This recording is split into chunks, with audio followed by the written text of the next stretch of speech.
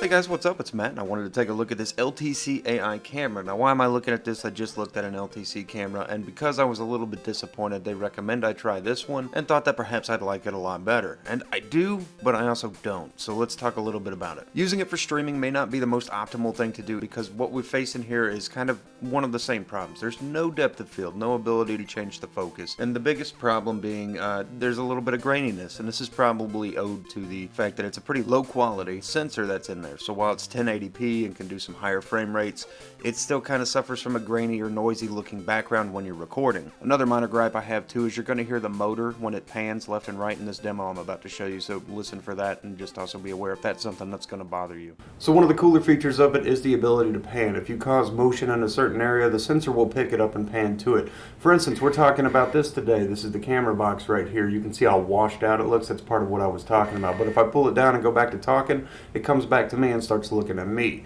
You can also hear the microphones. There's two microphones on either side that are picking up pretty well. One of the problems I have is with the depth of field. It seems to have no real ability to capture a good depth of field, as everything appears in focus except for really close images. The closer we get, the little more out of focus it'll look. Actually, it doesn't look too bad, I suppose. And while I've applied some filters and a little bit of extra stuff such as a LUT in order to kind of make it look a little bit better, you can see that I'm a little washed out. The background's a little bit washed out, and that's just something with it. Now you may notice that it pans as I go, so that's a pretty neat thing if you want to be able to just kind of walk a little bit and talk, and it should pan and capture you for the most part. Doesn't always get me centered. There we go. A little bit off again, a little bit off again. What about right here? And it doesn't correct to center it. So there's notches on the ability for it to turn, which cause it to, I guess, not find the perfect centered part of the image. As long as you're in it to some degree, if you're way off and you start moving something, it should turn to it, depending on where you go. But anyways, pretty neat, and there's an opportunity for you to listen to the microphones and what they sound like. And also, if you can hear a cat crying, it's because she wants to go chase birds. Now that we've gotten that out of the way, though, it is pretty cool. It's definitely pretty neat that it has AI tracking, and on the x-axis, you can go left and right, you can hold up your hand, you can hold up an object, and it'll turn right to it, and that is just, I don't know, I got really excited about that. It's pretty cool, I think. It also comes with a remote, and the remote offers some pretty simple features. Now, my remote came with a dead battery, even though it had the plastic tab in there, so I changed the battery, got it up and running, and it worked great. You can pan it left and right.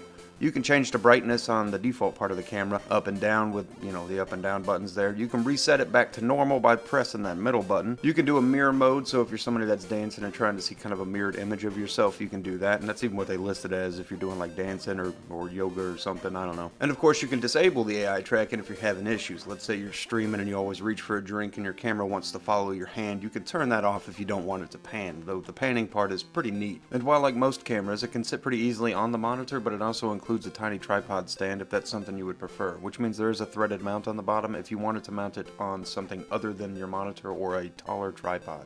The microphones on it are much better than the last one, definitely much better in my opinion. I think the last one had some kind of crappy pickup, and while this doesn't sound like recording quality great, and I'm not somebody that's a big stickler for the most high-tech recording quality, they definitely sound better. These are what the microphones sound like. About 2.5 feet away from me is where the camera is, and these are what the microphones sound like. And on a newer one, this is what this microphone sounds like. This is the newer one. The former video part you just saw was the older microphone, and you can clearly hear a difference. So if you're looking at using it for meetings or something, you should come across a little bit better with audio processing. Now, in order to try to smooth it out a little bit, I did play with some functions in OBS in order to try to smooth the image, and I put a couple default LUTs in there, and I tried a couple other LUTs as well, just to see if I could get something to look a little bit better. And while you can achieve a slightly better looking image, you're still faced with that problem of the graininess or the noisy background, and that's a hard thing. That's a hard sell for somebody looking for good quality video in the web camera. If it had a better quality sensor, then all the awesome features that it already has would be extra awesome.